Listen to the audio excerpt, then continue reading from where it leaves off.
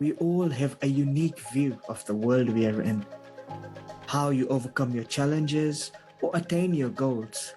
Every experience in life has the potential to inspire, influence, and impact those around us. Welcome to the 3i Stories podcast by Better Version of You. Hello again, friends, and welcome to the next episode of the 3i Stories podcast by Better Version of You. Today, I'm so excited to bring you the amazing journey of a wonderful woman, someone I deeply respect, and someone I'm very, very sure that you'll be inspired by. Let's welcome our guest, Priscilla Moodley. Priscilla, how are you today? Good, thank you. I'm really good. Very excited to be here today. Yeah. And so am I. I know your journey is incredible. But to get us started, Priscilla, could you tell us a little bit about your journey starting out? Yeah, sure.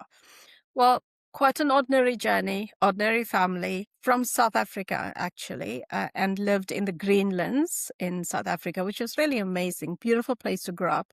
Outside of the media influences and TVs back in the days, as you would remember, kids could actually go out and play, and the only time you got to get back was when the sunlight went down and your mother would call you. That's about when everybody would go home. So that's the idyllic life we had, just living in beautiful sceneries, rolling hills. We had an ordinary family. We're not rich, we're not poor, we're just a family. Particularly in South Africa, in the outskirts, we're so dependent on each other, dependent in community. I am one of 5 daughters, and both my parents married young, and kids were very young, and quite, as far as I can remember, ordinary life, beautiful family atmosphere, great parents. Not a perfect life in any way whatsoever, but certainly a healthy one, a very healthy family environment. But then the tragic event that changed our life and really shaped our life after that was the death of my dad in a car accident. And so it was very young. My mom was 38 at the time. And so she became a widow at 38 with 6 kids, all very young in age. I was the second eldest. So you sort of kind of carry some of that responsibility and burden of grief and pain. And what I do remember coming out of that family life was really the perseverance of my mother, a strength and a commitment. She didn't have time to grieve. She didn't have time to mourn. She had 6 kids who just lost their dad, and she sort of, rose to the occasion. And I'm not sure how she did it, but we watched that persevering faith. We watched that commitment. We watched the ability to rise above the situation. And I think the earliest learnings I got from my family life wasn't just connected to our own family. It was connected to our community, who became our biggest supporters. Probably a lot of that has shaped my life and shaped exactly who I've become and what I do now, is that there was that interdependency on each other for resources and for support, for emotional support. I don't know if you remember back in the day where if you missed a kitchen ingredient item, you could shop in your neighbor's pantry. Those days, it was so beautiful because you could actually go and get what you needed from your neighbors. And I think that was some of the best days and the most amazing growing up. I think a lot of that has really shaped what I do, who I've become, the person I am, was because I'd seen very early on kindness, support, community. Oh, that is such a brilliant and beautiful description of the way we used to live before. And I love how any missing ingredient, you just knock at the neighbors, oh, can you have some sugar or milk or salt, etc. And that's just, you've put it beautifully. Now, Pris, I believe you started your professional career in South Africa before you moved to New Zealand. Can you tell us a little bit about your work journey in South Africa? Absolutely. So, as I said, family struggles meant that I could not immediately go directly to university. We just had financial limitations.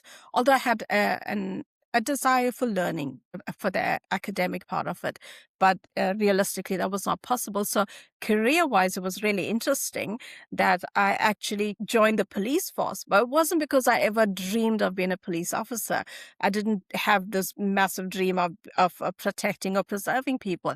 I just needed a job, to be honest. And it was a paying job at that time, because when you did go for your military training and when you did go to police college, you got paid out while you trained. So it was an Mm. immediate financial security, and we could use a lot of that money to help our family at the time.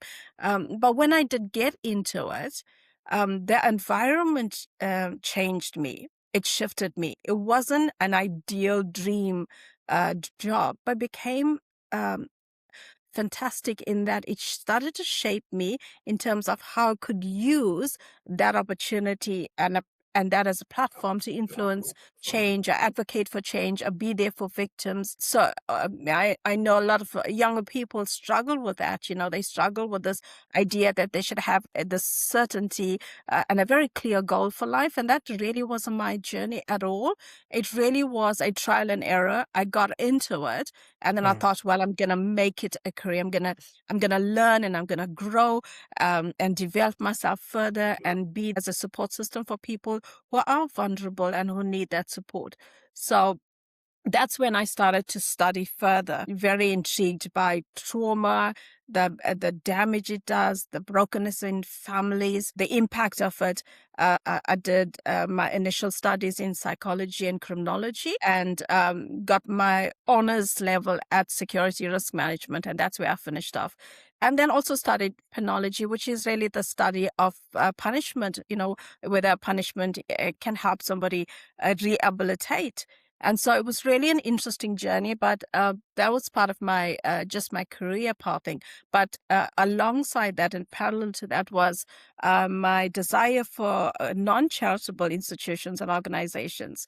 So I joined the local church and supported in ministry of missions outreaches to Africa for social programs and then within the local church as well. So they were sort of interconnected. It moved and shifted out of being a career that I Mm. earned money from into an opportunity to serve different people. And that's the interesting thing about being a police officer or being a local pastor or being a minister in charitable organizations was that the common factor was that it was systems built to support people, people Mm. in need, whether it's a victim of trauma, a victim of social issues, or a victim of injustice. It still comes down to people and people needs, and that was very exciting for me in terms of my career. Yes, I did get a few awards for my initiatives, but because of passion. It wasn't about just enforcement of the law. It Mm. was about nurturing and restorative justice and social justice and righting the wrongs or just being there for people at the worst point, either the victim at their Mm. worst point or the perpetrator are people that I got to meet who probably were not always bad people, but I just met them at the point in their life where they've made a terrible choice. It was Mm. really an interesting perspective because when I met them, at that point they had made terrible choices, and Mm. and somehow the justice system sees them as, oh, well, it's a complete waste of time. You're a criminal. You've labeled a criminal because you've done something. And I thought, well, not everybody's a criminal per se. They've probably made a bad choice at that time and found themselves in the situation. So a lot of the restorative work we did was outside of the prison once they left and working towards rehabilitation. It was centered around people service and people care and people nurture. And I just happened upon it. It was a just natural organic tendency to care for others, Mm. which was just part of my journey. Yes. Oh, that's beautiful. It almost sounds like the police force helped you discover your calling and who you are, and it shaped you and molded you into who you are today. You mentioned awards. I know that you won some awards, but Yeah. you also climbed ranks in the police force as well. So could you tell our listeners a little bit about that? Sure. Yeah. Well, the police force is just made up of a variety of different sectors or different areas that deal with different things. So you've got Mm. forensic and fraud prevention, you've got investigation into of white collar crimes, and you've got victim supports, you've got the normal field operations. So I started initially in the field, which is your response center. Getting out there, guns blazing, driving fast cars, all of that, did all of that together with my husband. Interesting. We met in the All right. police force and we worked together. Not the best advice, but yeah, we survived that. And of course, shifting into your natural promotions, I went into social crime prevention for a little season, which was my best season because there I dealt directly with victims of crime and Mm. victims of trauma and people who needed healing. And so it was really interesting. One of the awards was a social crime prevention award, which actually dealt with innovative ways in which we could support people who are victims of trauma. And so that Um, was partnering. And the initiative, the award really was about thinking outside the box, like working with the local churches and asking them to build an actual victim support center on site. So if people came in, whether they victims of domestic violence or they're victims of a trauma, a hijacking, a robbery, or if they're a victim of any sexual type of abuse or those sensitive issues, where we could open up a center and have people have their nurture and care outside um, of the police station. Can you imagine somebody who's had a trauma and had to walk in and there's lots of people standing there? And I thought that just doesn't. That's not good. It's not healthy for people mm, to have that treatment. And so that one of the awards was for that, for that particular initiative. mm, And then I got a promotion to work in the white collar crime sector, which was a complete shift into forensics, and forensics and fraud and corruption.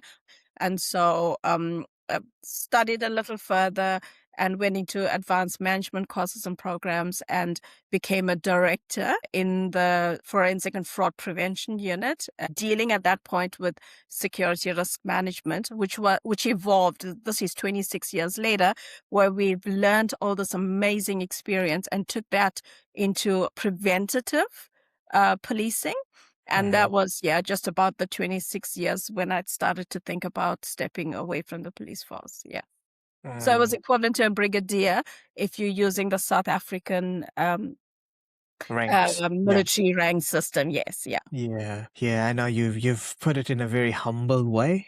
You have won twice Policewoman Yes. of the Yeah. Year award, and you were at the Brigadier Yes. rank, given to people who are amazing, not just in serving, but in leadership. So, Yeah. what I'm hearing from you is that as you evolved, not just in your serving, you became a greater leader as well, because you would Yeah. have had people reporting to you whilst you were Yes. still creating and developing Yeah. initiatives to help others. Like I said, the force helped you, molded you to be the Yeah. person you are today. Yeah. And probably one of the cool things also was you found your husband there. So Yes. it One of was, us, yes. I yeah. think people in military, it does happen, but I think it's good that way because there's such an incredible understanding in your relationship for the nature of work you do, the demands of it, the psychological demands of it, the emotional demands of it. I think it'd be very hard to have somebody outside of that. I mean, not impossible, but certainly difficult. It certainly Mm. strengthens you, and the support system looks really good because you understand each other. So it isn't unusual for that to happen. Nah, that's beautiful. Great. You and Len, your husband, and who I know and Yeah, admire, are just absolutely amazing. So I'm grateful that it yeah, happened. yeah. Now, Pris, sounds like pretty much you had it all and, it was going fine for you in South Africa.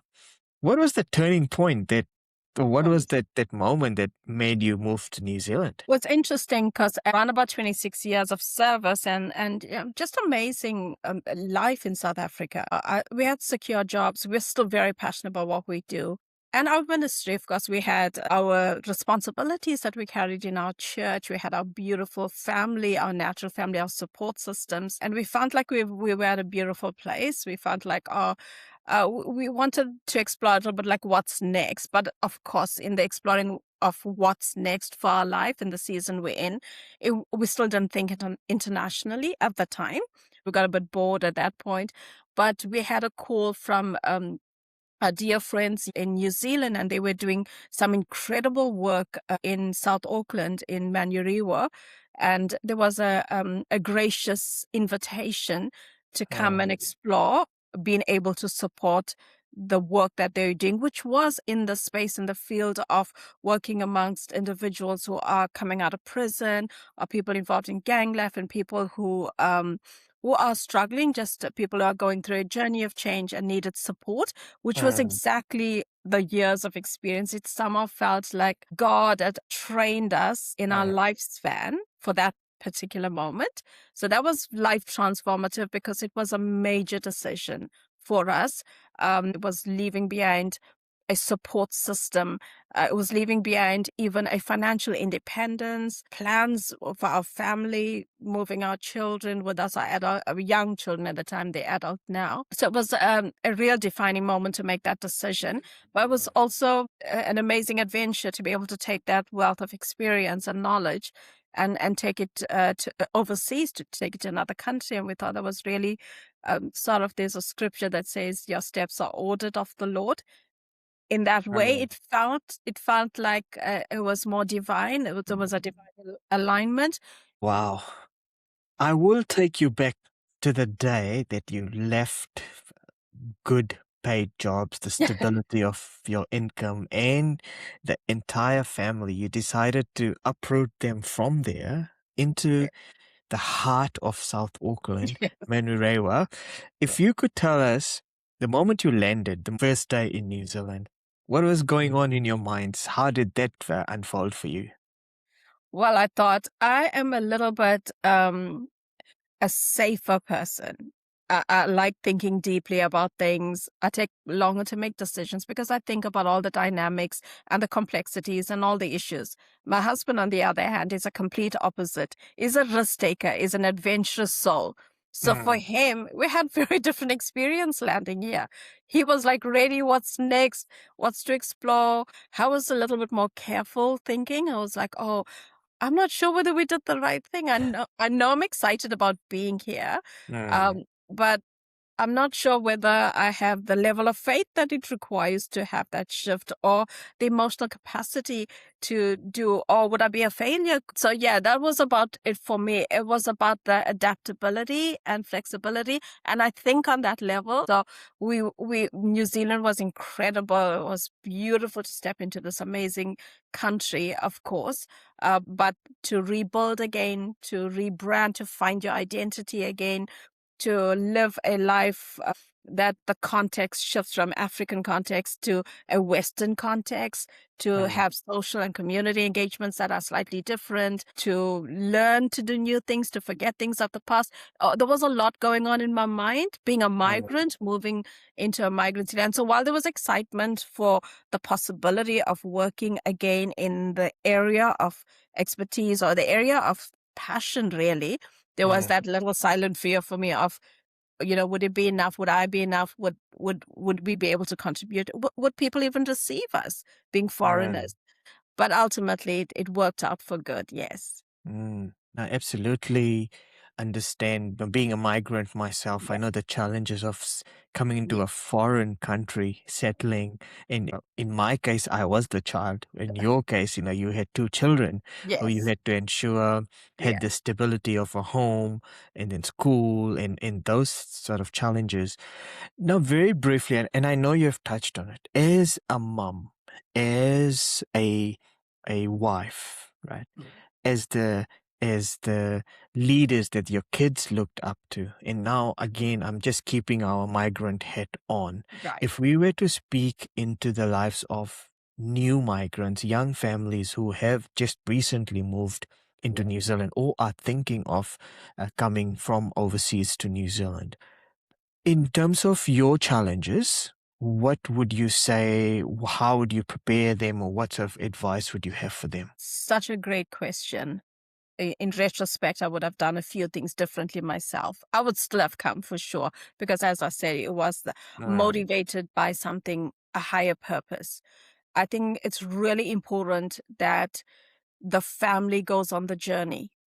mm, I know as young parents bringing their children into a new country, or even bringing teenage children or adult children, I think it's really important for family to be part of that whole journey. Usually, we make the mistake of parents making that decision in good faith that it is good for the children. But we forget that children do not have language to communicate their uncertainties, their insecurities, their anxieties, leaving their comfort, their family. They don't have the maturity that we have when we make decisions. And as parents, we mm, think this is for your benefit. Be a little bit more excited, be a little bit more on board with it. But I think the communication should happen really early on, even before you get to the country. It's a long journey of preparing them emotionally, preparing your family as a family unit, because you become each other's support system. mm, And we fail to have those checks with each other, how each one's doing, because we experience new things in different ways. I would definitely recommend families to take the children on the journey, regardless of what their age groups are, to be considerate of particularly teenagers who look a little bit more rebellious because they don't want the new thing. But really, it's a lot of insecurities and fears about leaving behind their friendship, their social groups, and things like that. And even when we do come into a new country, I think be gracious with each other, mm, keeping that family unit really tight, having check-ins with one another, making sure that their children are adapting to the school, to their learnings, to their environment. Couples in particular actually heard, I'm not sure statistically how true that is, but I've uh-huh, heard that a lot of migrant families, their relationships do end up in divorce because they haven't prepared psychologically and emotionally. What they get caught up in is the excitement of getting to a new country. mm, But they don't prepare emotionally. They prepare geographically for change, but never psychologically and never emotionally. And mm, that causes a great deal of distress because, in fairness, the honeymoon season ends really quickly. The excitement and adventure fades off into normality on ordinary days, mm, and you're trying to find your balance, and you're trying to find your new sense of identity. You're trying to find the new social group. As I said previously, part of my experience was that Africa as this collective community sense. So it was very different. You could knock on a door and visit somebody. You could mm, a pop in, have a pop in and have a cup of coffee uninvited just because you could. We did mm, that to others did that with us. It was very normal. It's how we communicated. And if you go into another setting, and it's very individualistic. It's a Western type of approach. mm. It's different, not right or wrong, just different. It needs time for adjustment, and so people find that hard. Parents don't realize that because they're struggling with trying to build a financial foundation and rebuild themselves. So those are some of the things that one has to be really wary of as a family to contain the family. Yeah, I hope that makes sense. Yeah. No, no, it does. There's so much wisdom, and that's such a great segue into what I'm going to talk about next, which is Right. what you are doing now. It Right. almost sounds like your entire life, your life in the police force, gaining that leadership, finding yourselves, having a heart for community, having that heart for ministry, and then moving here, being the parent, looking after the children, while still trying to stabilize yourself, and then still doing all the innovative stuff that you are wired as and through what you did in the police force. Almost like everything, all the things you needed was being piled into your basket. And now you are heading an organization or one of the leaders of this organization. it's all coming into play, right? It's all coming into use. And I really like how you said it was almost God ordained. Yes. Now, could you tell us a little bit about what do you do now in the organization? Yeah, sure. My husband and I, together with a collective team, actually started the organization called Whakamana Ora. And really what it means is to equip, to empower, to give dignity to, which is really about journeying with people who are going through change, who are dealing with the normal life struggles, the relationship struggles, emotional struggles, mental health struggles, all types of societal struggles that we see now. A lot of the people we are with are people that have been with us in a long-term relationship, which is really interesting because Mm, the long-term relationships are the most supportive, and you probably guaranteed to get better benefits out of individuals when you journey with people for a long time. So mm, essentially what we are responsible for is to find from amongst the community individuals looking for change. They somehow have made a decision that they want change. They don't want to be in drugs anymore. They don't want to do crime. They don't want to live the life they've done. They just want different. That's where we come in, because we can show them the pathway to how to get to be different and how to have a different lifestyle. And so we get people coming in and we start with them by dealing with, of course, the foundations, which is trauma, whether it's generational trauma, whether it's personal trauma, or whether it's issues that they dealing with, like mental health or physical health, or whatever the challenge is. We deal with that first. That's the starting point of the journey. And then we have a discipleship program, which is journeying further with them. And that could be up to 2 years, but we have people in our group and that we have relationship with for 8 years or 9 years of being here. So it sort of becomes a community group that supports each other. And mm, what we find is these individuals, they become leaders that are strong and resilient and empowered. And then they go back to their tribe and they help those individuals. So whether they've come out of a drug world, they go back and have that level of support to bring others out of that situation. Or if it's been people that come out of mental health issues, they are the best support and cheerleaders for people struggling in the same specific area. So it's partly journeying with an individual, but also creating a community where people feel supported with each other. So that's our life and that's our everyday work. Yeah, with an amazing team. It's not something we mm, do on our own here. yeah. Oh, that's just such amazing work that you are doing, restoration, and it's almost like a noble thing that Yeah. all your life you were shaped into to do what you are doing now. And you are based in the heart of South Auckland, Manurewa.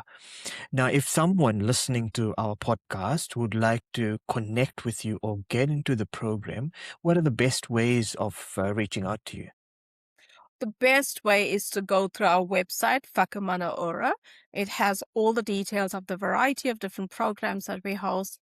Jump online and send us an inquiry at information, and there's an information email there. There are even contact numbers there. Call our team and we'll respond to them. Beautiful. Now, Pris, you have become an amazing leader and you're doing some amazing work, right? Yeah. Was there someone in particular while growing up or in your journey that has inspired you the most to be who you are today? I think the first person that inspired me would be my mother. Like, I watched her struggle, but she had this positive outlook of life. I couldn't make sense of that. She had just lost her husband. She had Mm, 6 children. She had lost the support she needed, but she built up an amazing community. She role modeled a lot of what I do today, or what we do. I have other sisters who are also equally involved in amazing work, community work as well. So she would certainly be the person I would look to first and foremost, for her tenacity, perseverance, a commitment to committing her life to her children and to mm, the community. Alongside that, in our church life, I would say they were nurturing our role models and servant leaders. And I think that's where we also learned that the noble work you call this is the noble work. It's sacrificial, it's lay down life. And we mm, were ourselves a recipient of that noble love and care when Len and I were in a bad place in our life. And we had our friend, the same friend we talked about in New Zealand, who came over to visit and showed care for us. And actually, through him, we actually received our faith in Christ. And for a large part of the time, I couldn't make sense of why somebody would do that. Why would they Mm, give up their time privately to visit us and to walk with us? Remarkable demonstration of love and kindness. And so a lot of that is shaped by the model of people who are ambassadors for Christ. And then, of course, Christ himself, once you journey with God and you learn about Christ and his servant-heartedness, he mm, became a role model, somebody that you aspire to be, and you read the scriptures and you draw strength from how he lived his life. So there's within the family, there are role models that we find, and within our church family, there are role models. Within our community, we find people who just inspire us. I think it's a variety of different people that really speak into our life. Age and wisdom helps a lot as well, because as you age, I'll give my age away. I'm turning 55 this year. I've learned that there is what you have, that intrinsic values and motivation mm, that you build to say, in the season of my life, I want to have an impact on people, and I want to give back for the people that had given back into my life. So we mm, are well, and we're flourishing, and we're established because others invested in us, and they didn't take anything back. They just were incredible in boosting us along the journey. And we want to be able to do the same. And really, that is what we do, is to make sure that no person should feel alone, and mm, no person should ever feel like there isn't a place to go to when they have trouble, like real trouble. I think part of my life goal is that my impact in life should be that I would be somebody you would want to call if you're in trouble. mm. If you feel like I need a friend, I need a hug, I need a prayer. I want to be remembered as, oh, Pris was the one I could call, and I knew she'll be there, and I know she'll respond. I want to be that person. I would like to be remembered in that way. That's just beautiful. This just shows the heart you have and you have developed for people, not just from your younger days, but now as it is, as an established leader, you're Yeah. still outward living Yeah. as Christ actually mandates us, right? And that's beautiful, Pris. Now, looking at your wisdom, not talking about your age, you can speak into so many different aspects as a parent, as a migrant, as a leader, as an organization owner. But as we draw towards the close of our podcast, what is one advice that you would like to give to our viewers or listeners? And the second part to it is, what is one thing they could do today? I think my greatest advice I would give to people, particularly focusing a lot more on the younger generation, because they worry me the most. They're navigating through so many different things. Mm, I would say that life is about seasons, and bad seasons don't last forever. They don't. And I think have that perseverance that the season will change, and that mm, used to be my motivation to myself. Like, well, it's a terrible season and days are dark and it looks hopeless, but a new season is coming. Motivation can be, if I get through today, it's good. It's good enough. I think mm, there's this immense amount of pressure, particularly on the younger age group, to have achieved this incredible success. Um, mm, and there's loads of pressure, but don't forsake the ordinary days, because in your ordinary days, there's joy, there's quiet joy. And don't look for the big, the brand, the glorious, the sparkling, because the ordinary days are just equally beautiful, and it's mm, okay. That's okay. It's okay to have ordinary, beautiful days, and it doesn't have to be competitive to a success factor that's set out in a digital world. And my second practical advice I would be is sometimes life doesn't pan out the way we want it to. We mm, don't always get to live out that beautiful dream that we had, or have the faculties or financial support to do the great studies that we have. But certainly mm, you can change um, your life in terms of where you're at for today. If you're in a job, be faithful in that job. Be faithful in your family responsibilities. Be sincere and humble in the things you're doing on a day-to-day. I think the glorified version of life is unrealistic, really. The branding that's put out there, the way life should be lived, and the unrealistic demands is just very sad. So enjoy ordinary things. Enjoy going to work, working really hard with an honest day's worth of work. Come home and enjoy a good meal, and life is okay, and that's enough. I think that we got to shift away from the unrealistic demands of life and be okay with just ordinary life and ordinary days and doing extraordinary things through ordinary days.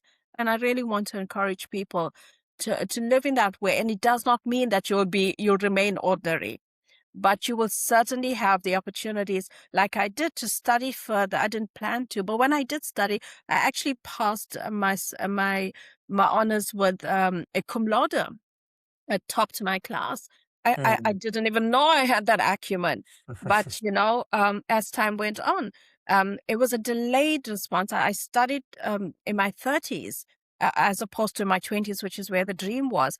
But when I did get to study, I got to work diligently at what I was doing. Life is just uncertain. There's a lot of complexities now people are dealing with, but just be okay with being okay, and that's good. That's so well put. Keeping things simple, sticking to the basics, and being real rather than having to put a mask and do all these different things. Just being who you are. It's just, we are incredibly blessed to have your presence in our podcast. You do some amazing work. I'm sure there's some heavy work involved as well. But I just wanted to end on a light note. So we have a few quick fire rapid round questions. Let's see how you go with this, right? So what is your comfort food? Any curry, chicken curry, lamb curry. Yeah. Nice. Cats or dogs? Dogs. Same. Summer or winter?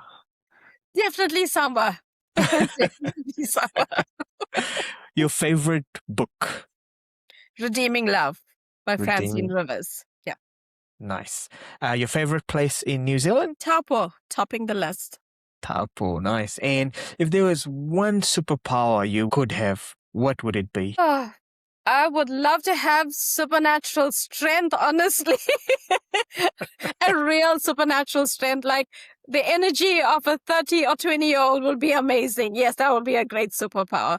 You do possess quite a lot of it already with the work you are doing. Yeah. But once again, Pris, thank you so much for your time. Thank you for sharing your journey with us from the team at 3i Stories Podcast.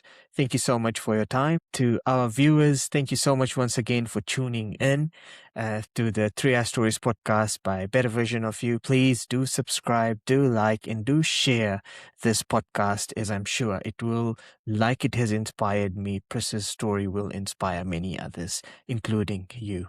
Thank you. We'll see you again.